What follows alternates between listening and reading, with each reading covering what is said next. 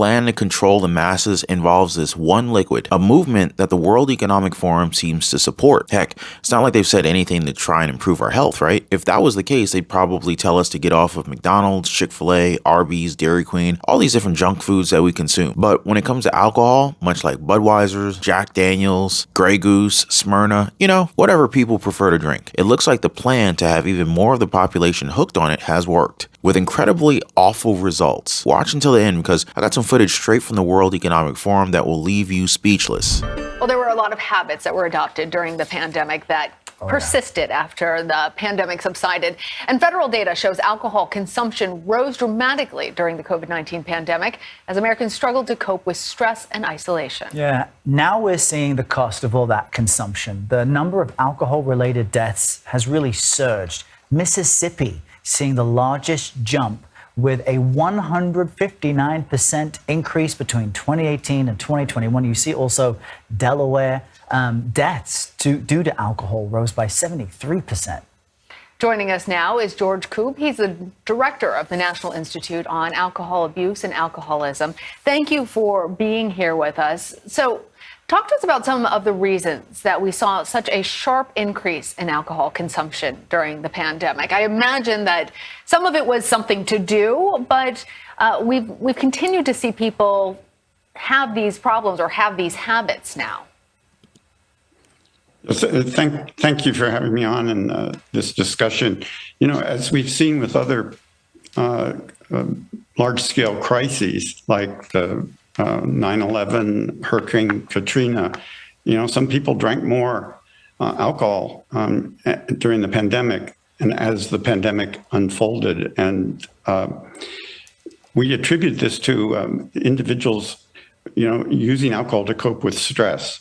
And so people who were more likely to increase their alcohol use during the pandemic were those with a history of alcohol use disorder, alcohol problems, and history of anxiety or depression, or also were struggling with coping with the stressors of the pandemic, which could be everything, as you know well, from job losses to job concerns to being infected concerns to isolation. So all of these things, I think, have contributed to this significant increase, and I might add to a dramatic increase in the harmful effects associated with alcohol. Now, before we get any further into this, I'm going to need your help, all right? First off, do you agree that more people were consuming alcohol during the pandemic compared to before it? Comment a quick 1 if you agree, comment a 2 if you don't agree. Next up, go ahead and hit the like button because I already know there's going to be a lot of angry people who will definitely try to suppress this message. So make sure you guys help out with a quick click, as this is always a huge help and huge boost for the algo. And lastly, make sure you are a part of our community. Please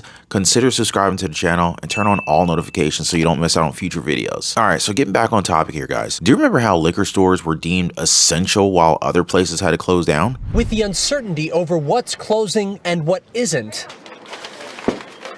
discount liquor in Milwaukee has seen big-time buying these past few weeks. It's like December. It's like Christmas time where people are just out, buying kind of everything, whatever they like, whatever their drink of choice is. Governor Tony Evers' Safer at Home order deemed liquor stores essential, meaning like grocery stores or pharmacies, they can remain open. It is, in most people's eyes, probably the majority of the people in Wisconsin, it would be an essential business. It's part of the culture. Many other states have kept liquor stores open, though others haven't.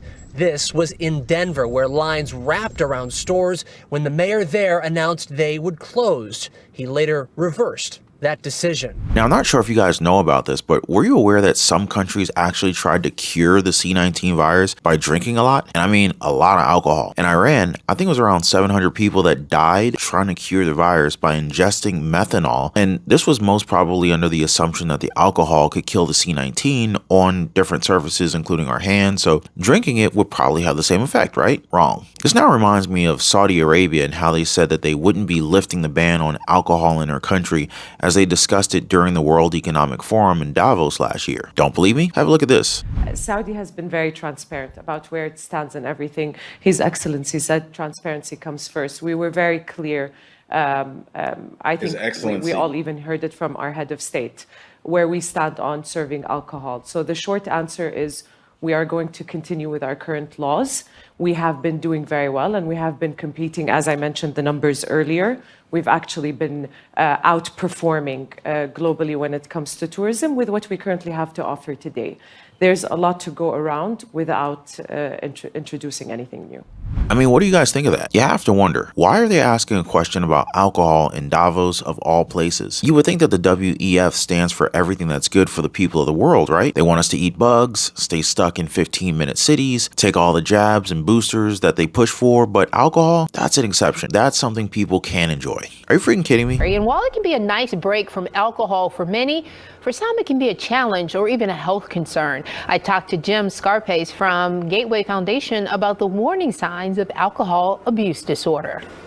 I think what we know about Dry January is it's a great opportunity for people who are contemplating either cutting back on their alcohol use or maybe eliminating alcohol altogether from their life to assess the mental health and physical benefits of making that decision. It's also a great time to kind of analyze or assess, when do I drink and why? And for a lot of individuals, that'll be a great time to really make some different decisions about how and when to use alcohol in their life. The problem is there's a subset of the population that may want to stop drinking or cut back on their drinking that are not able to do it on their own. And those individuals are the individuals we really want to reach out to at Gateway, because what we see with those situations is something we call, or the industry calls, alcohol use disorder. And with treatment, it can get better, but without treatment, it tends to get progressively worse. And how does a person know when it's time to actually seek the help that you offer? That's a great question. I think that the most important thing is to recognize, how often are you drinking? Is the drinking becoming more and more frequent? Are you drinking to self-medicate feelings of depression or anxiety? Is it impacting your relationships in a negative way, or your job? Are you having withdrawal symptoms when you stop drinking, so you need to keep drinking to eliminate those symptoms? All of those issues tend to speak to a potential alcohol use disorder, and what we really want to do is get those individuals into treatment as soon as possible, because it is a progressive illness.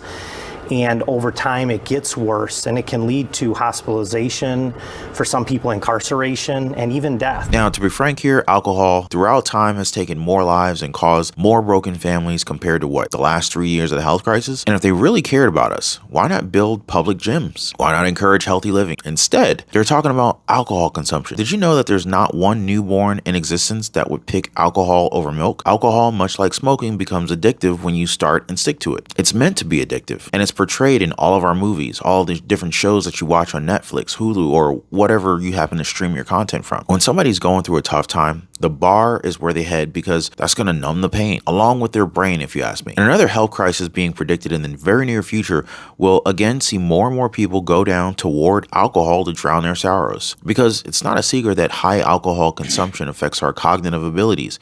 It can make us slur our words, make us all fall on our feet, have us make all these bad decisions. And wait, one guy's coming to mind that does all this even without the alcohol. I guess they want us all to be more like him. All kidding aside, I get that alcohol is something that's used to celebrate occasions and all that. That's cool. But know that it could also be used to probably control people to follow whatever they are given and whatever they're told. That being drunk really doesn't give us the ability to make good choices. But what are your thoughts on this? Are we now going to see a concerted effort to get more people on booze for the holiday season? Or did all of this just happen by chance? Let me know what you guys think in the comments. And before Now, guys, this brings up some very interesting concerns that I had. Matter of fact, today I just want to kind of deep dive, and I really appreciate you guys hanging out with me for this one. I hope you guys are enjoying the video so far, enjoying the live. By the way, we are live. If you haven't already, definitely do your boy a favor, drop a quick like for the video. I totally appreciate that.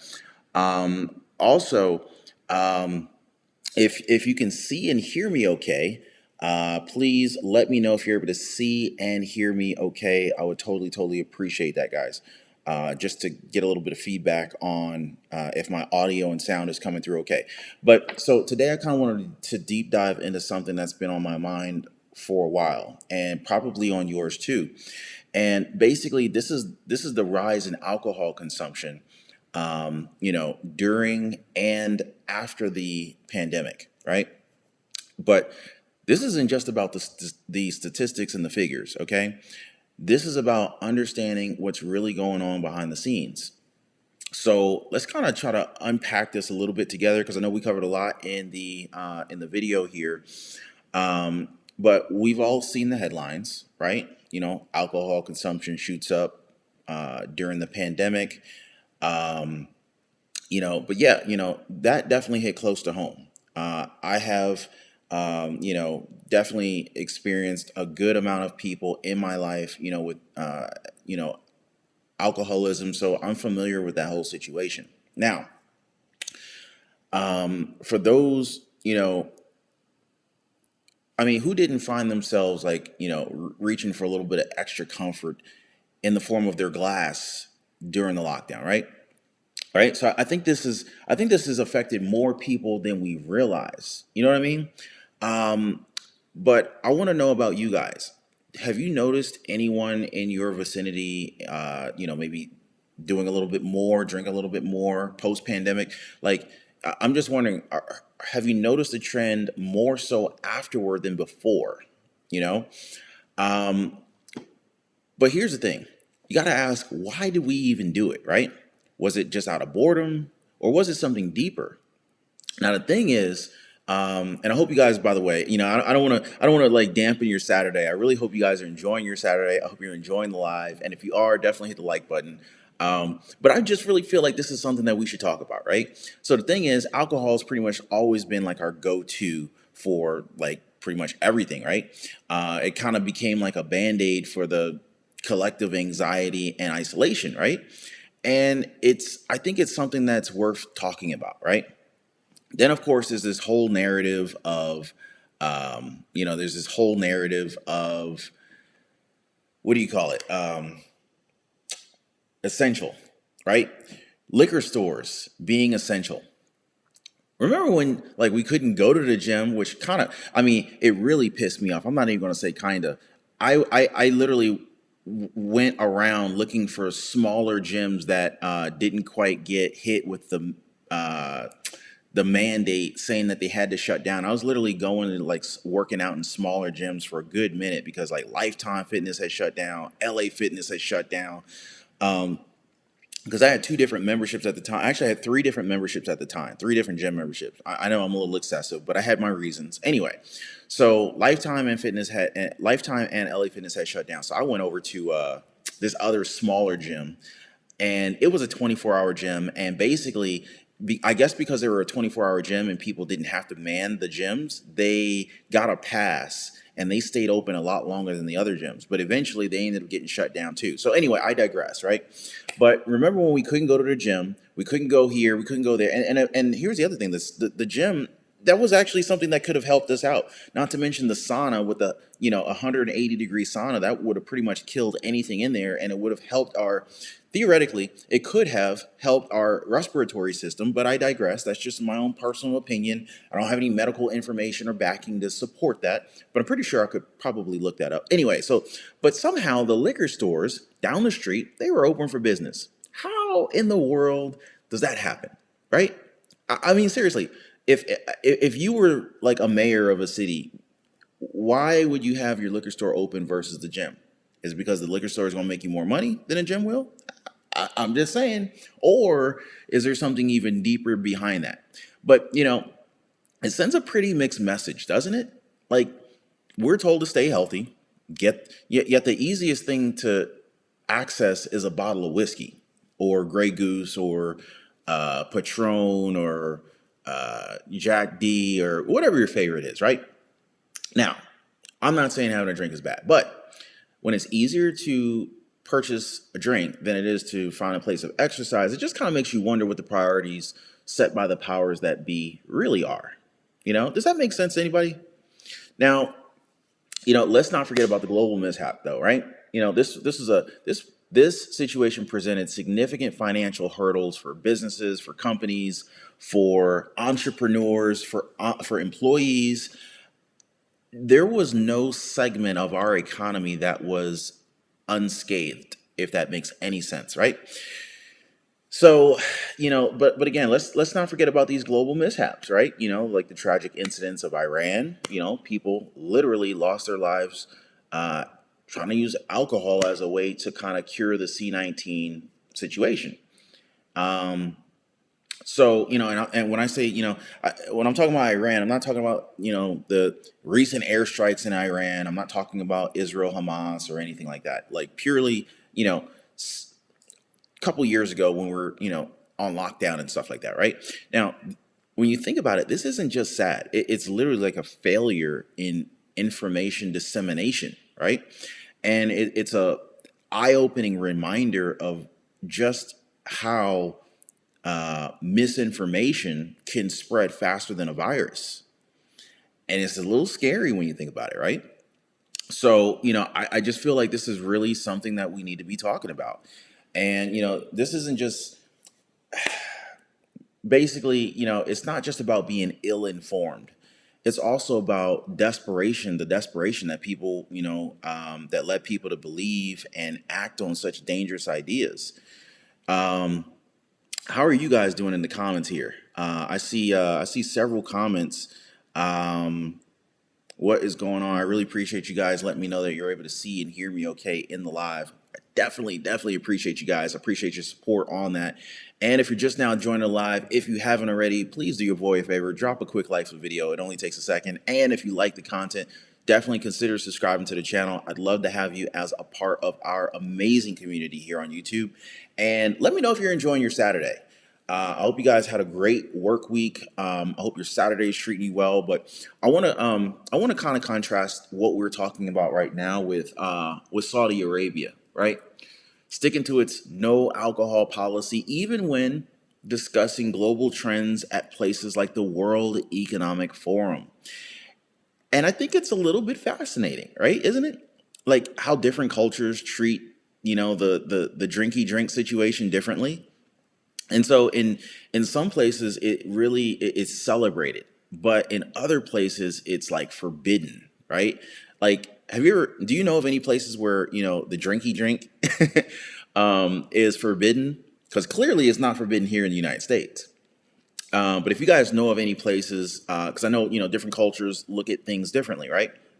But yet the global narrative often tends to lean toward normalization, even glamorization of the old drinky drink, right?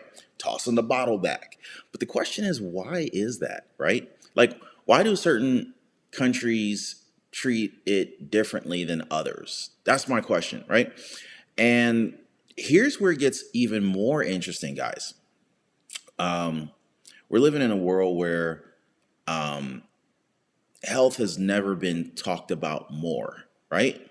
You got health magazines, health channels. It's on TV. Like you can order healthy food and have it delivered, like pre-packaged, prepared foods.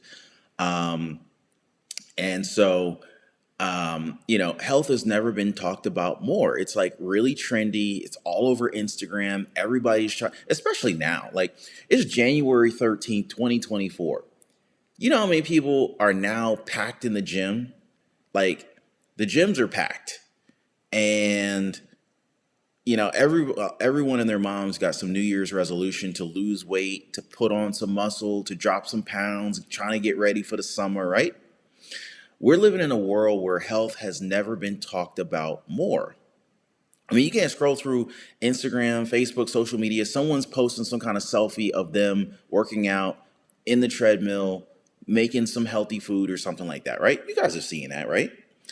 So, what's up, Catalia? I see you. I got Chris Dunlop in the house. We got Rich the Prophet. What is going on, everyone? Happy Saturday. Happy Saturday. Enjoy the weekend. Monday will be here before you know it. Enjoy the weekend. And I just want to thank you guys for spending a part of your Saturday with me. But anyway, so, but again, you can't scroll through social media without seeing people posting selfies, showing that they're working out, or at least that they showed up. You don't really know if they're really working out anyway. And I'm pretty sure you've seen like some crazy, people doing some craziness in the gym on some of these funny fitness videos, people doing like some ridiculous exercises. And anyway, so all of that's out there, right? Yet the conversation about, alcohol's impact on our health seems a little bit muted at the very least, right? So why aren't we talking about building more public gyms instead of more of these stores that sell the drinky drink? I'm just saying, like, why isn't there a bigger push for mental health support, right?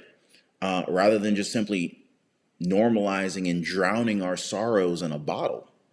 I mean, like, men's health has been pretty much essentially ignored for a large part, as if men can't have um, anxiety or depression issues.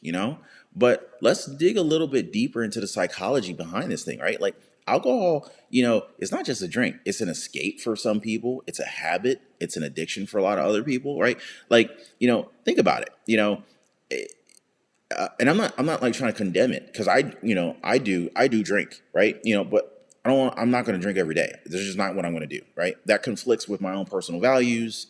I like to train, I like to work out, and I can't do both successfully, right? So I choose to work out and train and eat healthy for the most part. But if I go on vacation, go to a party, hit a club, then I'm definitely gonna drink socially, right? But that's just my own personal take. What's you guys' personal take? Let me know. Let me know when. Like, what are the times when you guys do drink? I'd like to hear from you guys. But anyway, but think about it.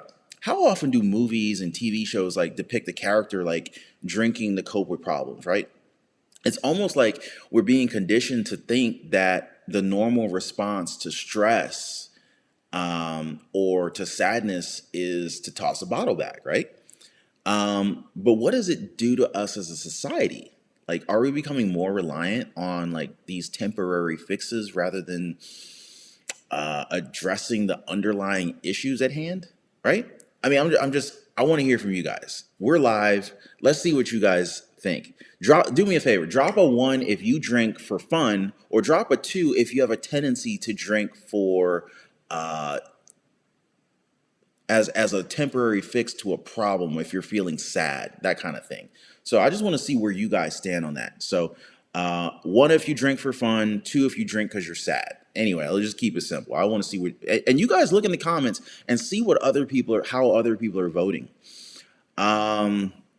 Crystal Smith, you're right, Ron. Alcohol's always king out there. They want people to be stoned so they can't think. A drink once in a while isn't bad, like you say, mental health and exercise.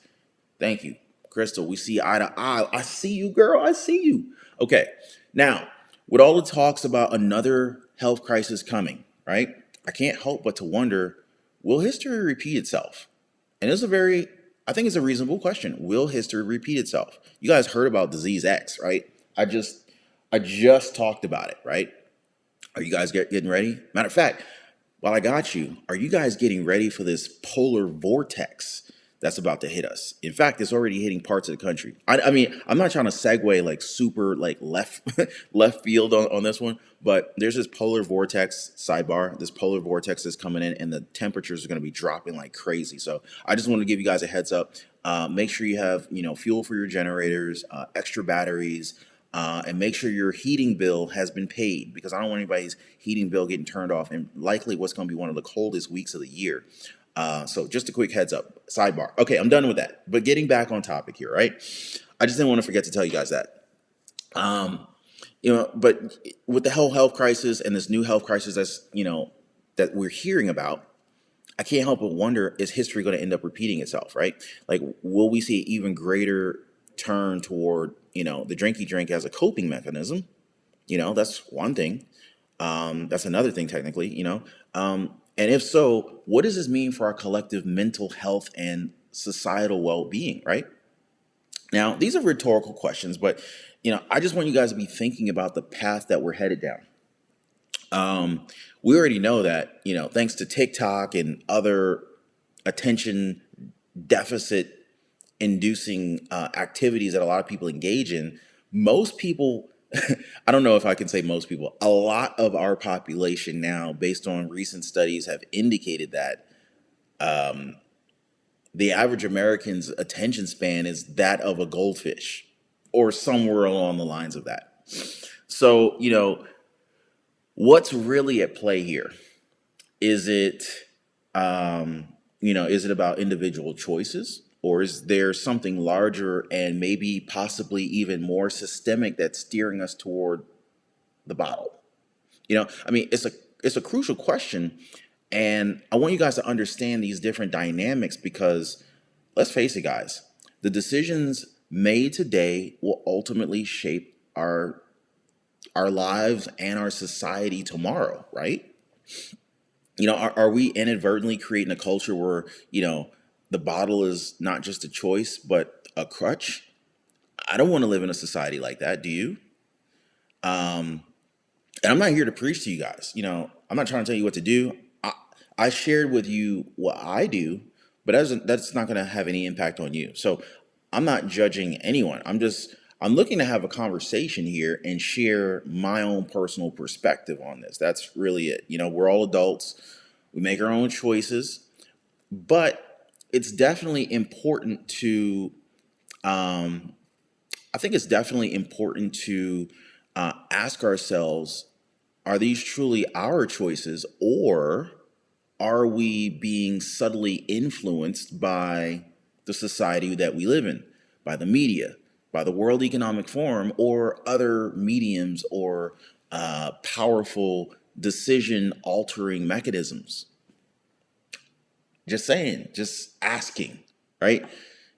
Like, how much of your habits today are shaped by your own will? How much of the habits today that you may not necessarily like that you have are shaped by people who are around you? How many of their habits are shaped by some outside source and it's influencing you? I read this quote so many years ago, and it basically said something like, your income is the average of the 5 people who are closest to you. So I want you to think about that for a second. How close is your income to the 5 people who are closest to you? Because basically they're saying that, your income is likely an average of the 5 people who are closest to you. So if you knew how much people who you're closest to make and you average that income, your income is very likely to be close to that. Now, what that means is yeah, sure, it applies to your income, your financial circle, your likely impacting your net worth and things like that. But what this means is it goes to show how powerful who you surround yourself is in relation to the decisions and the habits that you have and you hold personally. So that's pretty much what that means, right? But, again, the World Economic Forum, they are influencing so much. And again, these are unelected leaders calling the shots here. These are unelected leaders having direct communications with the World Health Organization, the WHO. The Bill Gateses of the world are, they're all in cahoots with, one another, fellow members of the WEF, World Economic Forum. They know who to talk to, who they can communicate with in these different higher up positions. Media companies, Fox News, CNN, MSNBC. I don't know who you watch, ABC News. Like, all of these people either, look at the Jeff Bezos of the world. They own a lot of these media companies and or have heavy influence. So literally they can, have a significant impact on how you think. And it's just interesting to be aware of these things, right? But, anyway, I just want to kind of, as we wrap up, I want you guys to just think about your relationship with the bottle. And I want you to understand, like, it is a choice. But I want you to understand, I want you to ask yourself, is it a habit or is it something more than that? Like, has the pandemic changed your relationship? And more importantly, like, where does it go from here? Where do we go from here as individuals, as a society? But I just wanted to kind of get the conversation going. Share your thoughts down below. I appreciate hanging out with you guys. If you haven't already, do your boy a favor. Drop a quick like for the video on this beautiful Saturday. Make sure you guys are ready for this polar vortex that is coming. And if you haven't already, definitely hit the subscribe button and turn on notifications so you don't miss out on future videos. I hope you appreciated today's conversation, and I look forward to seeing you guys on the next one. Be safe, guys.